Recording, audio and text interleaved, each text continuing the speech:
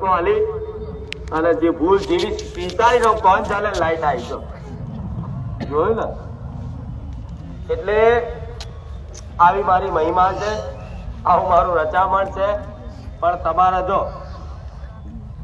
થોડું જગ્યા પારકી છે, બીજાની જગ્યા છે, બીજાની જગ્યા પર આટલું મોટું આયોજન કરીએ છીએ, આજુબાજુ વાળાને કોઈ ગમે ના ગમે બધું બહુ વસ્તુ છે.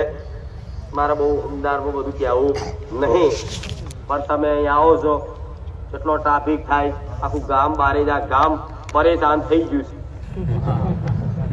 આ શું ખોટું પણ બારે જા ગામ વાળાને કહું છું થોડી તકલીફ વેઠી લેજો, કદાચ વેઠવાન થાય તો.